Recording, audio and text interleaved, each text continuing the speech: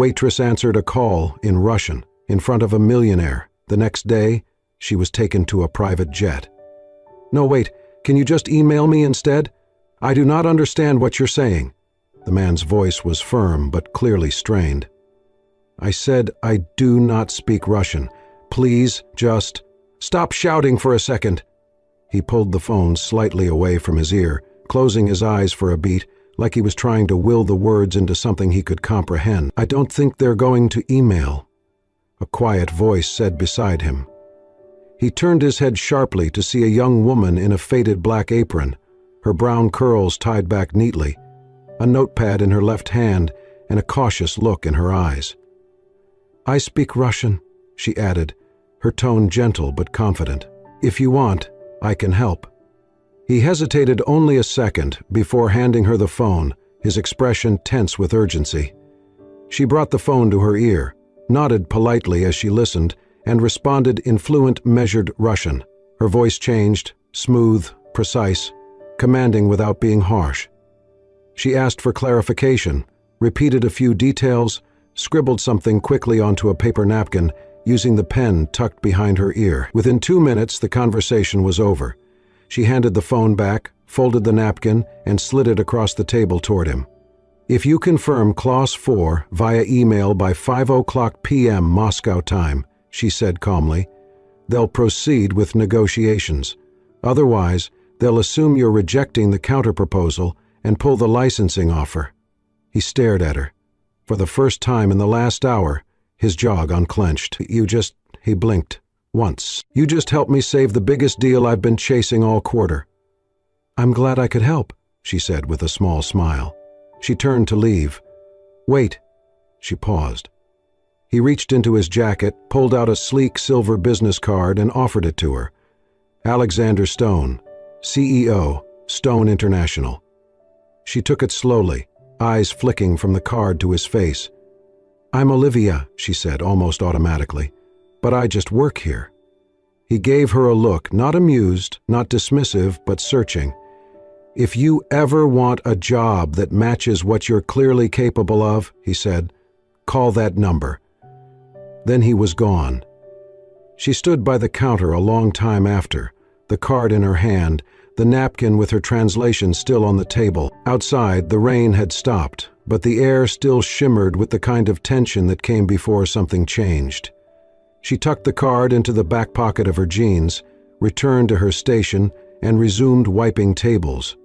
But inside her chest, something had shifted. She had no idea yet that a 5-minute phone call would be the start of a story far bigger than herself.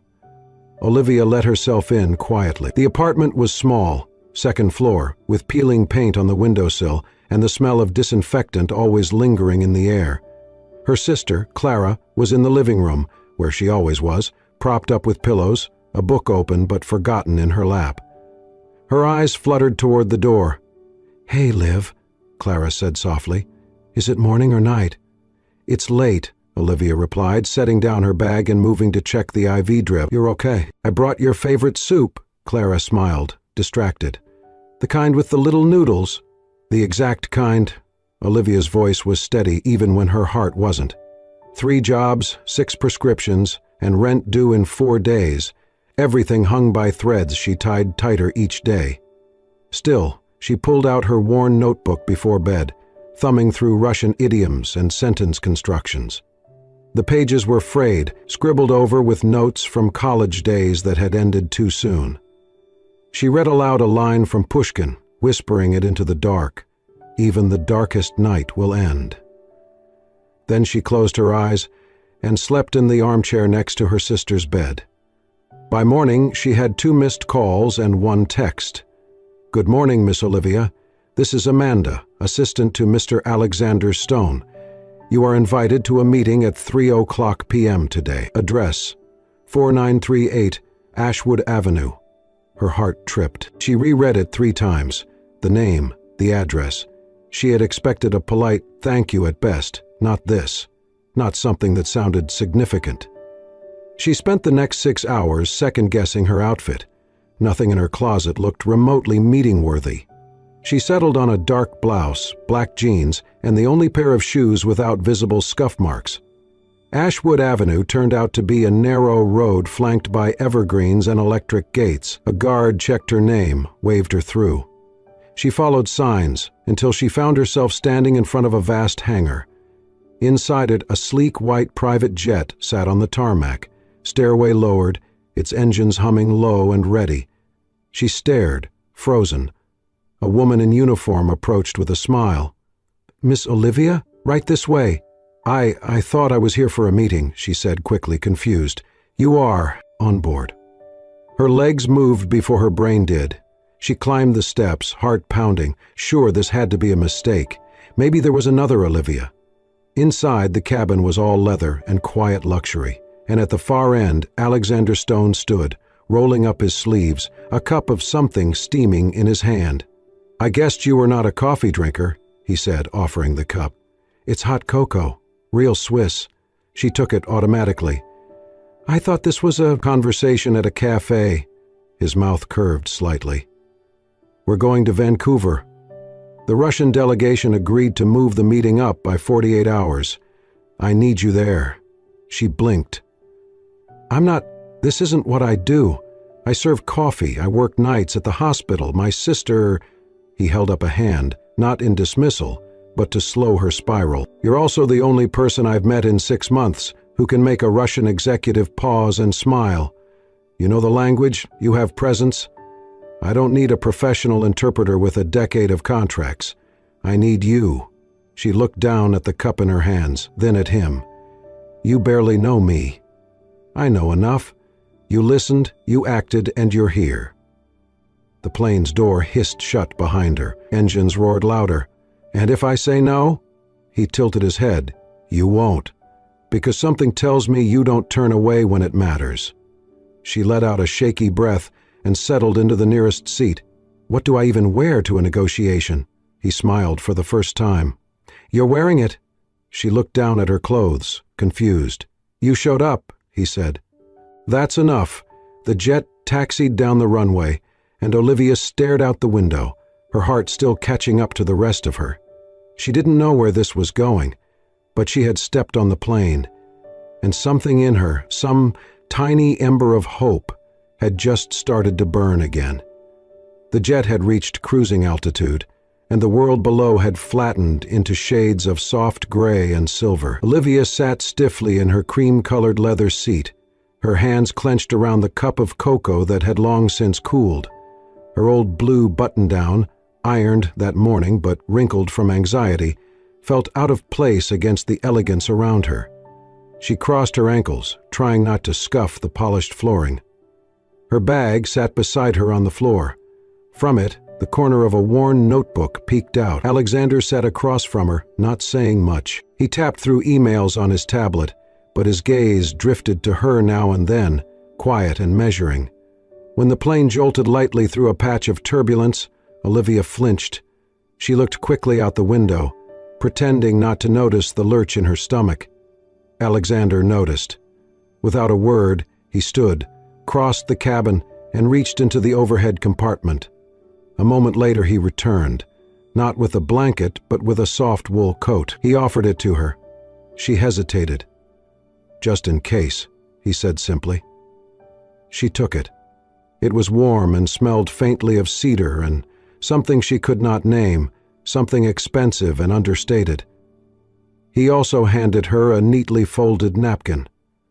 "I saw you wipe your hands on your jeans when we took off," he said, almost smiling. Old habit," she muttered, flustered. "You're doing fine." He sat down again, more relaxed now. "You ever been on a plane before?" "Once," she admitted. "When I was 12, but it was economy, and bumpy." "This one's better," he said. Then, after a pause, "But I understand the nerves." She looked at him then, curiosity winning out over her anxiety. "You don't seem like someone who gets nervous." He leaned back, folding his arms. "That's the problem with suits in private jets. People assume they're armor." She smiled, surprised by his honesty. "My mother was a translator," he added. "Grew up in St. Petersburg. She taught me to count in Russian before I knew how to spell my own name in English."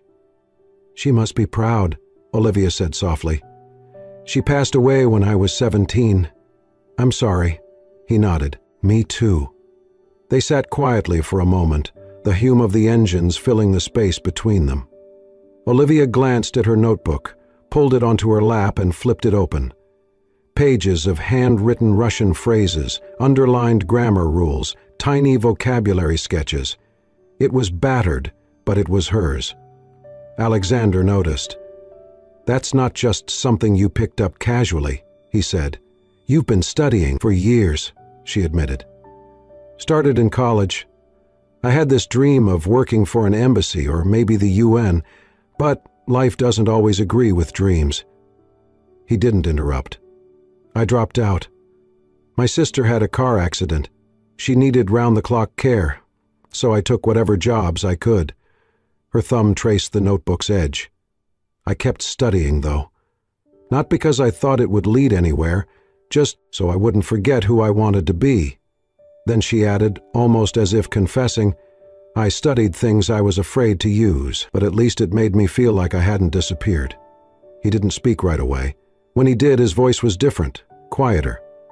I've met hundreds of people who talk like they've earned the world, he said, but you're the first person I've met in a long time who speaks like they've survived it. She looked at him, startled. You're not invisible, Olivia. She felt something catch in her chest.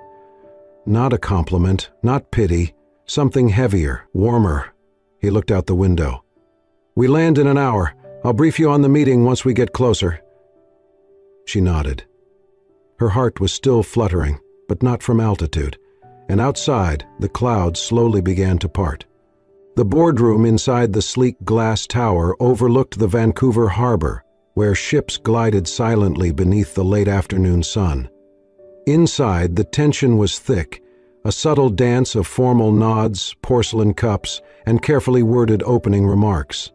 Olivia sat beside Alexander at the oval conference table, a slim microphone in front of her, a small glass of water untouched to her right.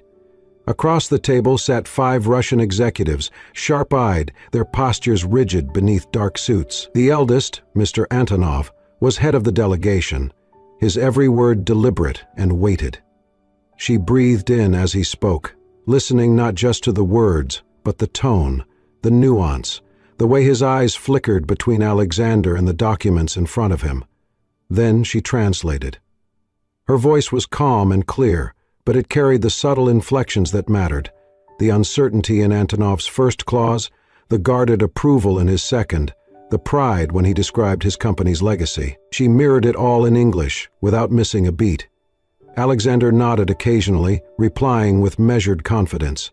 She translated him back, slipping into Russian with the respectful formality expected in such a setting. At one point, when a younger Russian delegate made a joke under his breath, she didn't translate it directly, but found a way to mirror its humor in English, eliciting a small smile from Alexander and a chuckle from across the table. That was when Mr. Antonov's eyes warmed, just slightly. 2 hours in, they broke for tea. Olivia quietly reviewed her notes, flipping pages in her notebook with precision. Her heart pounded beneath her blouse, but on the outside she was a portrait of grace under pressure. By the end of the 3rd hour, the draft agreement was provisionally accepted, pending final revisions and board sign-off on both ends. Mr. Antonov stood and extended his hand to Alexander. "You have our respect, Mr. Stone," he said in Russian. Then he gestured to Olivia. "But the woman beside you, she has our hearts." Alexander blinked, surprised. Olivia translated, cheeks coloring. Antonov added with a smile, "It is rare to feel understood in business. She made us feel both understood and heard." As they exited the building, the sun had already dipped, casting a golden sheen over the wet streets. Olivia walked a few steps behind Alexander, notebook clutched to her chest, unsure what came next.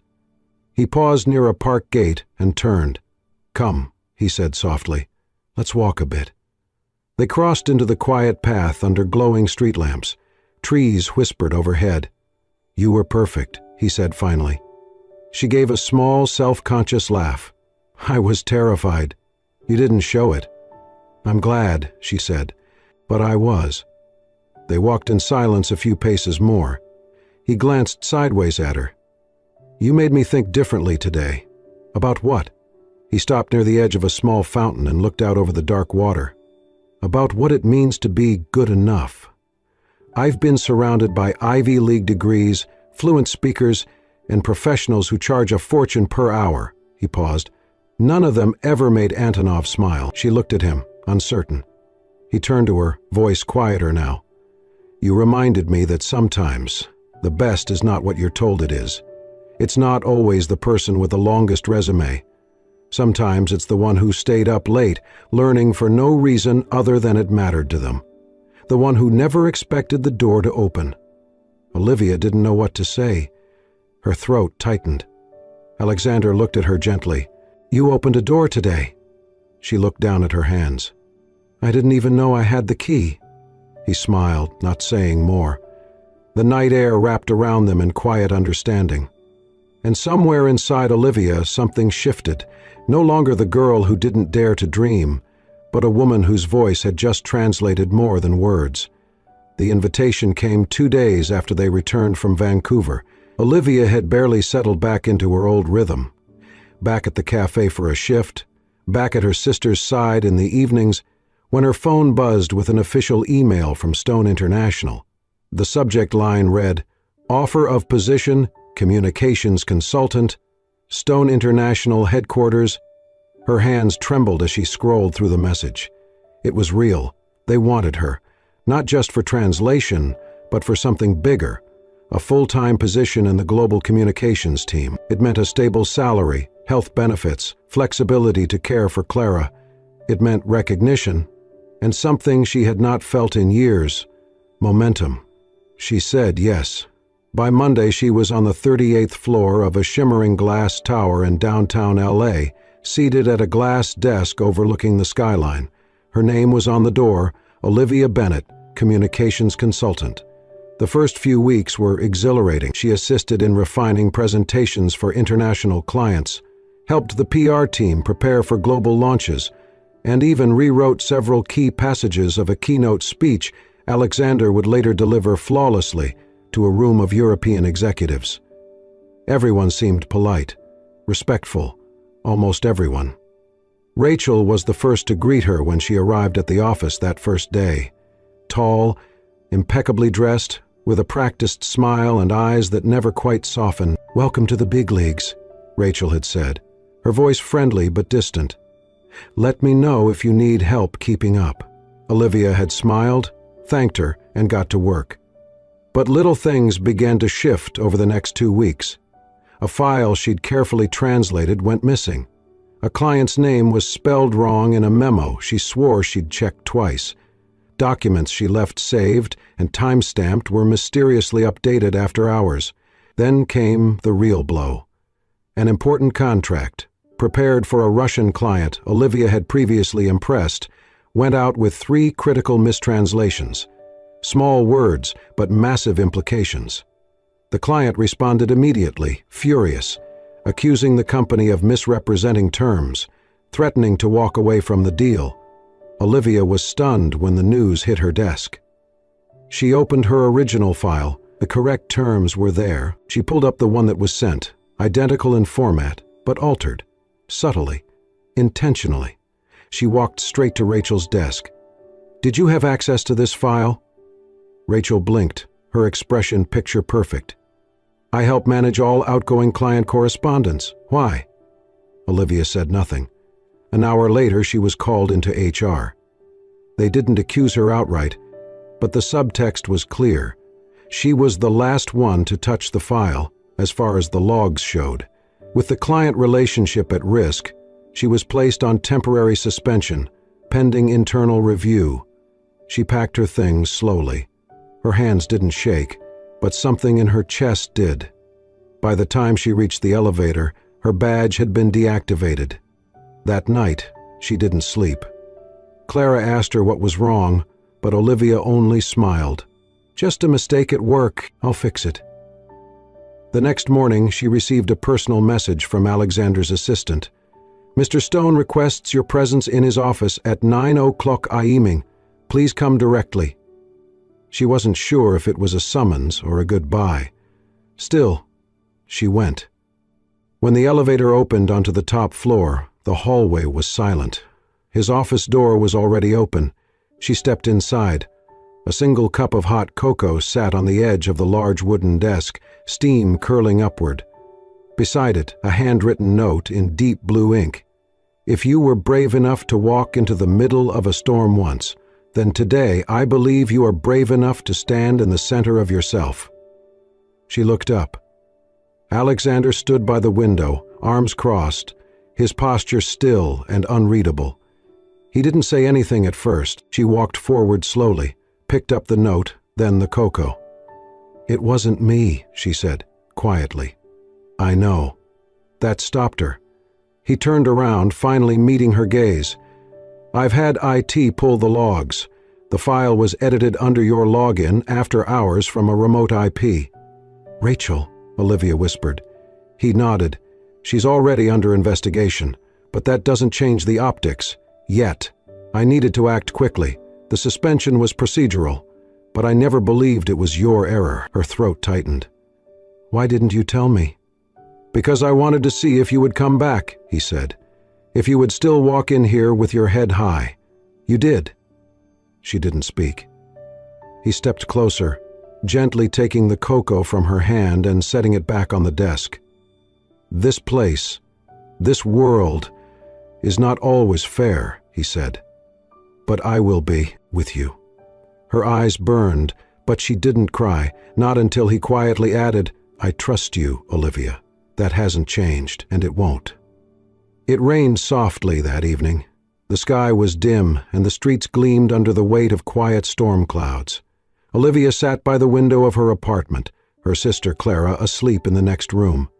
She should have felt relieved. The truth had come out. Rachel had been exposed. But instead, Olivia felt hollow. There was a knock at the door. She opened it to find Alexander, not in his usual pressed suit, but in a dark coat with the collar turned up, his hair damp from the rain. He held a folder in one hand and something tucked beneath his arm. I thought you might want to see this, he said quietly. He stepped inside without ceremony, setting the folder on her kitchen table. Olivia followed. Inside were the digital trace logs, metadata records, and internal memos. The documents were neatly clipped, annotated in Alexander's handwriting. One paper showed the exact timestamp of when Rachel had accessed the file Olivia had translated, 37 minutes after Olivia's last save, from a different terminal. She left a trail, Alexander said simply, and I followed it. Olivia sat slowly, her fingers tightening on the edge of the table. I don't understand why she did it, she said. Fear, he replied. Of being replaced, of becoming invisible. It makes some people cruel. She looked up at him. You believed me from the start. I didn't need to believe, he said, taking a seat across from her. I verified. I don't trust words. I trust patterns, and the pattern didn't match you. He slid a small piece of folded paper toward her. She opened it. I don't believe in accidents. I believe in traces. She smiled faintly, a tear threatening to fall. Why did you come tonight? She asked. You could have sent this through HR. Because truth deserves more than an email, he said. It deserves to be delivered by someone who sees it. He stood up, walked to the window, then turned back to face her. You walked into my world without asking for anything, he said softly, but every time you spoke, something in the room changed. People listened. I don't know if I belong in your world, Olivia whispered. Alexander studied her. Maybe not, but maybe I don't belong in it either, not if it allows people like Rachel to thrive and people like you to doubt themselves. He walked back over to her, set a second item on the table, her favorite brand of dark chocolate, and a travel-sized bottle of lavender hand lotion. Small things, he said. I pay attention. That was when she realized he had always been watching, not to test, but to understand. She stood slowly, the silence between them filled with something too big for words. He moved toward the door but paused. I'm not standing here tonight to be noble, he said without turning around. I'm standing here because when someone is right, when they've done right, they deserve someone beside them." Then he looked back. And today that someone is me. The door clicked shut behind him, but Olivia didn't move. She stood there, heart full and throat tight, staring at the folder, the paper, the chocolate, the lotion, all pieces of a story that told her, "You were never invisible." And for the first time in years, she believed it. The villa stood on a quiet slope above Lake Geneva, a blend of stone and stillness, its centuries-old walls bearing ivy like a coat of memory. White curtains rippled through the open windows, catching the mountain air that whispered through the rooms like something holy. It was a place removed from time, untouched by deadlines, unbothered by titles. For 2 weeks, the villa became a haven for the international team working on a groundbreaking partnership with the United Nations, an initiative for global digital education. Olivia had been invited not just as an interpreter, but as a strategist. And Alexander, officially attending as CEO of Stone International, arrived with his usual command but seemed lighter here, more watchful, less armored.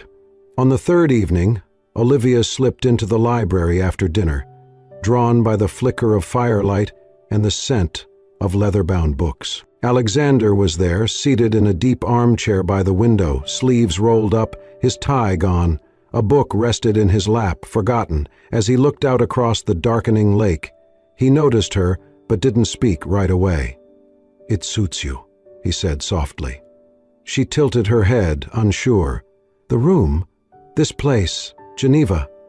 "You," he clarified. She walked toward the fire, letting the warmth touch her skin. "It's peaceful," she said. "Feels like nothing bad could happen here." He nodded. "Or maybe it's just you. Maybe you carry peace with you." The quiet that followed wasn't awkward. It was the kind of silence that makes space for breath, for understanding, for things that don't need to be said. Later that night, Olivia returned to her suite. The lights were low, and on her desk sat a small, elegant box, no card, no explanation. Inside was a fountain pen. Midnight blue enamel, silver trim, her initials delicately engraved near the base. Along the barrel, in cursive so fine it looked like a whisper, "To the one who speaks in truths, not just in tongues." She stared at it for a long time, unsure if her chest was aching or simply full. Then came a knock. When she opened the door, Alexander stood there. No blazer, no corporate facade, just a man, quiet, unsure, holding his breath. "You liked it?" he asked, nodding toward the pen in her hand. She didn't answer, not with words. She stepped forward and kissed his cheek, not for effect, not for romance, but for truth. He didn't move, didn't say anything, just looked at her with something close to awe, and she looked back, open, unafraid. Whatever had been tentative between them wasn't anymore. They didn't fall into each other that night. They didn't confess undying love or plan a future. But something settled, something real. In the days that followed, they worked as a pair, not just colleagues, something closer. At meetings, their thoughts aligned before their words did. Over dinners, they talked not of business, but of beginnings. He told her about his mother, a quiet woman who had taught him Russian poems before bed, who never raised her voice but always made herself heard. She had passed when he was still young, and some part of him had gone silent with her. She'd told him about Clara, her sister's laughter before the accident, the way her eyes still lit up when the world made sense for a second, and how Olivia had learned to speak softer, slower, to reach her. Language, she said, was the thread that kept her stitched to the world. They never once asked, "What are we?" They didn't need to. One morning, before the summit's final session, they stood in the stone kitchen sipping espresso, the early light filtering in. Alexander reached for a document, then paused, his hand grazing hers. "You're the first person I've ever wanted beside me," he said quietly. "Not behind me, not following. Beside." Olivia didn't speak. She just let her fingers linger on his for a moment longer. That was enough. The waters of Lake Como shimmered like liquid glass beneath the spring sun, their surface kissed by ripples of wind and light. A soft hush had fallen over the world, as if even time had stopped to watch.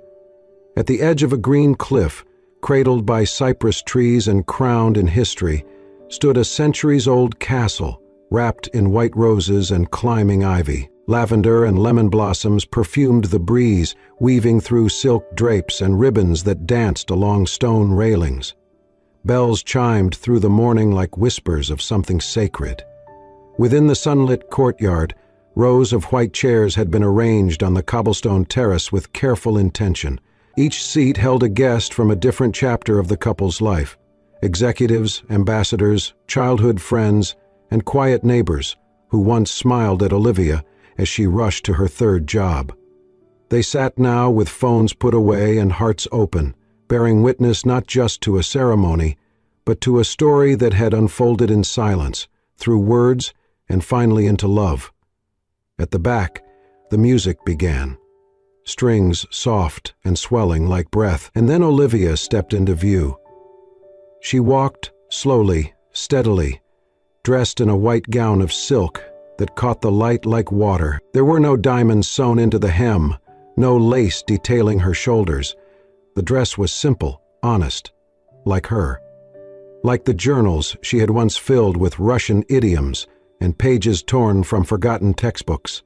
She did not hold a bouquet. Instead, in her hand was a small fountain pen with a silver clip, midnight blue, the one Alexander had given her in Geneva. Alexander stood waiting at the altar in a suit of dove-gray linen, the color of morning fog. His posture was calm, grounded, but his eyes, those impossibly tender eyes, never once left her.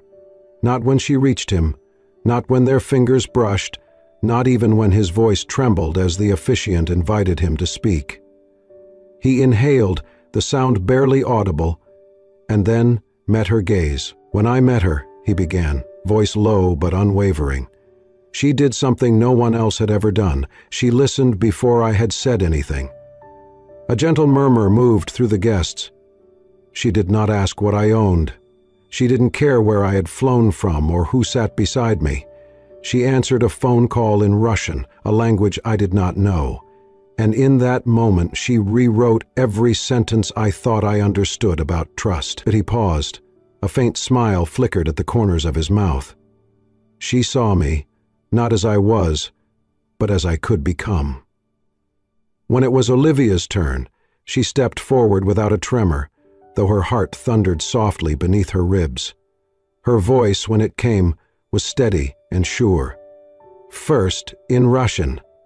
"Я бы хотел быть колосом, когда ты молчишь. И тишиной, когда ты хочешь, просточ вот-вот." Then, in English, "I promise to be your voice when you are quiet, and your silence when you just want to feel." She smiled through the shimmer in her eyes.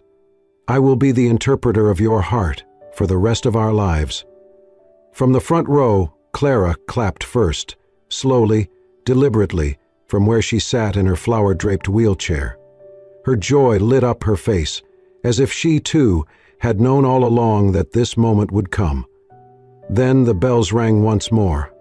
White petals drifted from the balconies above, caught in the breeze like blessings, and beneath that soft shower, Alexander and Olivia leaned into each other, lips meeting for the first time as husband and wife.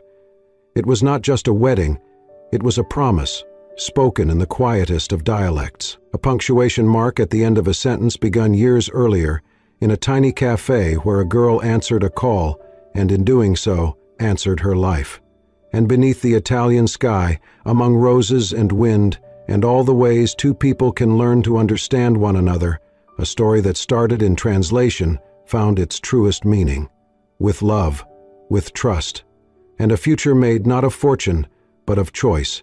Thank you for joining us on this incredible journey, from a quiet cafe to a castle on Lake Como. Olivia and Alexander's story reminds us that sometimes one small act of kindness, a voice offered in the right moment, can change everything.